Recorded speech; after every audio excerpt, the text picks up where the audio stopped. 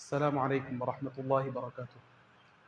الحمد لله رب العالمين والصلاة والسلام على سيدنا محمد وعلى آله وصحبه أجمعين أما بعد.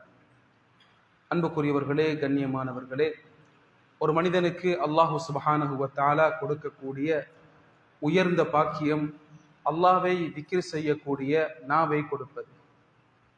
அடிக்கடி அல்லாஹ்வை நினைத்து அல்லாஹுடைய சிந்தனையுடன் அல்லாஹ்வை ஞாபகப்படுத்தக்கூடிய திக்ர் செய்யக்கூடிய நாவு ஒரு மனிதனுக்கு கிடைப்பது என்பது அல்லாஹ்வினால் கொடுக்கப்படக்கூடிய மிக உயர்ந்த ஒரு பாக்கியமாக இருக்கின்றது. இப்னுல் கய்யிம் ஜௌசியா ரஹ்மத்துல்லாஹி அலைஹி அவர்கள் சொல்லி காட்டுகின்றார்கள், அல்லாஹ்வை ஒரு மனிதன் திக்ர் செய்வதிலே 100க்கும் அதிகமான பிரயோஜனங்கள் இருக்கின்றன. அதில் முக்கியமான 8 பலன்களை, பிரயோஜனங்களை இப்னுல் கய்யிம் ஜௌசியா ரஹ்மத்துல்லாஹி அலைஹி அவர்கள் சொல்லி காட்டுகின்றார்கள்.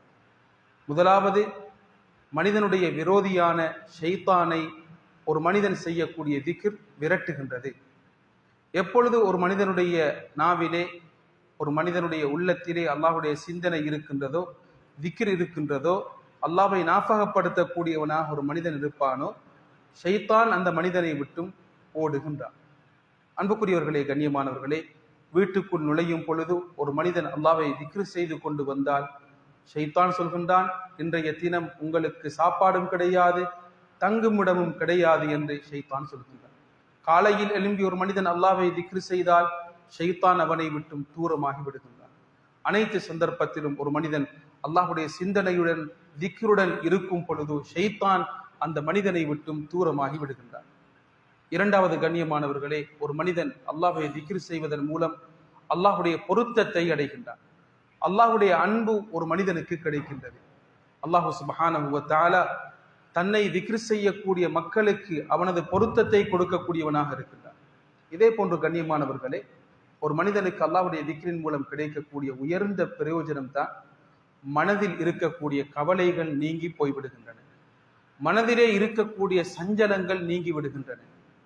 மனதிலே கவலைகள் இருக்கின்றனவா, ஸ்ட்ரெஸ் இருக்கின்றதா, அல்லது என்னென்ன பெயர்களில் எல்லாம் இன்றைய வைத்தியம் சொல்லிக் கொண்டிருக்கின்றதோ அப்படிப்பட்ட கவலைகள் இருக்கின்றனவா, அல்லாஹ்வுடைய திக்ரின் மூலம் ஒரு மனிதனுடைய உள்ளத்திலே இருக்கக்கூடிய கவலைகள் அனைத்துமே நீங்கி போய்விடும். அலா பிதிக்ரில்லாஹ் தத்மஇன்னுல் குலூப். அல்லாஹ்வுடைய திக்ரின் மூலம் உள்ளங்கள் நிம்மதி அடைகின்றன. அல்லாஹ்வுடைய திக்ரிலே உயர்ந்த திக்ர் தான் அல்லாஹ்வுடைய கலாமாகிய குர்ஆன். குர்ஆனை ஓதுவதன் மூலம், அந்த திக்ரை செய்வதன் மூலம் ஒரு மனிதனுடைய உள்ளத்திலே இருக்கக்கூடிய கவலைகள் நீங்கி போய்விடுகின்றன. விசேஷமான திக்ர்கள் இருக்கின்றன, ஒரு மனிதனுடைய கவலையை நீக்கக்கூடிய திக்ர்கள். அந்த திக்ர்களை ஒரு மனிதன் உணர்ந்து ஓதி வந்தால் நிச்சயம் மனதிலே இருக்கக்கூடிய கவலைகள் அனைத்துமே பறந்து போய்விடும். அன்புக்குரியவர்களே, கண்ணியமானவர்களே, நபி ஸல்லல்லாஹு அலைஹி வஸல்லம் அவர்கள் மக்ரூப், கவலையிலே இருக்கக்கூடிய ஒரு மனிதனுக்கு உள்ள ஒரு திக்ரை சொல்லி காட்டினார்கள். தஅவாத்துல் மக்ரூப், அல்லாஹு ரப்பி லா உஷ்ரிகு பிஹி ஷைஆ, அல்லாஹு ரப்பி லா உஷ்ரிகு பிஹி ஷைஆ. அல்லாஹ் எனது ரப்பாக இருக்கின்றான், அவனுக்கு நான் எந்த சந்தர்ப்பத்திலும் இணை வைக்க மாட்டேன் என்று சொன்னால் மனதிலே இருக்கக்கூடிய கவலைகள், பிரச்சனைகள் நீங்கி போய்விடும் என்று ஸல்லல்லாஹு அலைஹி வஸல்லம் அவர்கள் சொல்லி காட்டியிருக்கின்றார்கள். இதே போன்று கண்ணியமானவர்களே, திக்ர் செய்வதன் மூலம் ஒரு மனிதனுக்கு உள்ளத்திலே அலாதியான சந்தோஷம் கிடைக்கின்றது. ஒரு மனிதன் திக்ர் செய்வதன் மூலம் நிம்மதியை அடைந்து கொள்கின்றான். அன்புக்குரியவர்களே, கண்ணியமானவர்களே, திக்ர் என்பது ஒரு மனிதனுக்கு பலத்தை கொடுக்கக்கூடியதாக இருக்கின்றது. ஃபாத்திமா ரலியல்லாஹு அன்ஹா நபி ஸல்லல்லாஹு அலைஹி வஸல்லம் அவர்களிடத்தில் வந்து தனக்கு கஷ்டமான வேலைகள் இருப்பதை முறைப்பாடு செய்து நபி ஸல்லல்லாஹு அலைஹி வஸல்லம் அவர்களிடத்தில் வந்த அடிமைகளில் சில அடிமைகளை கேட்கின்றார்கள். நபி ஸல்லல்லாஹு அலைஹி வஸல்லம் அவர்கள் கேட்டார்கள், ஃபாத்திமா இதைவிட சிறந்ததை சொல்லித்தரவா என்று கேட்டார்கள். ஃபாத்திமா ரலியல்லாஹு அன்ஹா ஆம் என்றார்கள். ஸல்லல்லாஹு அலைஹி வஸல்லம் அவர்கள் ஃபாத்திமா ரலியல்லாஹு அன்ஹா அவர்களுக்கு சில திக்ர்களை படித்து கொடுத்தார்கள். என்ன திக்ர்? தொழுகைக்கு பின்னால் 33 தடவை சுப்ஹானல்லாஹ், 33 தடவை அல்ஹம்துலில்லாஹ், 33 தடவை அல்லாஹு அக்பர் என்று சொல்வது உங்களுக்கு அடிமை கிடைப்பதை விட சிறந்தது.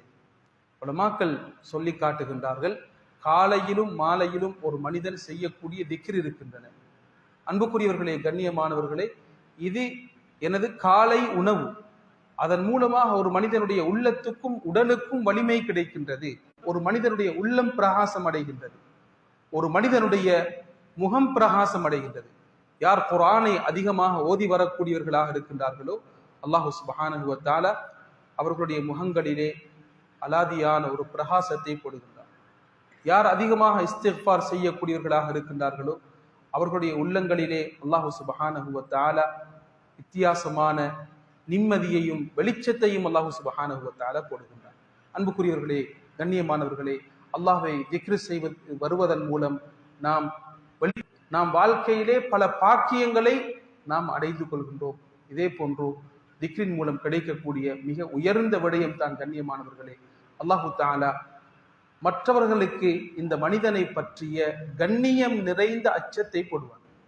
யார் அல்லாஹ்வை அதிகம் திக்ர் செய்யக்கூடியவர்களாக இருப்பார்களோ மற்றவர்களுடைய உள்ளத்திலே இவரை பற்றிய கண்ணியத்தை போடுவார்.